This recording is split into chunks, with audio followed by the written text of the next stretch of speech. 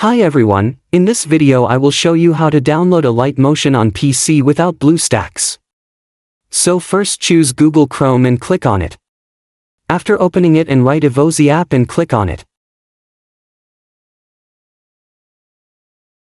To choose first link which you will get APK downloader. Now on the second tab you have to opening the Play Store search for the Alight Motion now after opening the Alight Motion. Alight page when you are on the.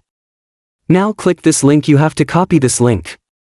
So when you copy this link now again go to that website which is APK downloader and paste here. You're going to paste here now you can generate the download link for this file. And after clicking on the generate download link.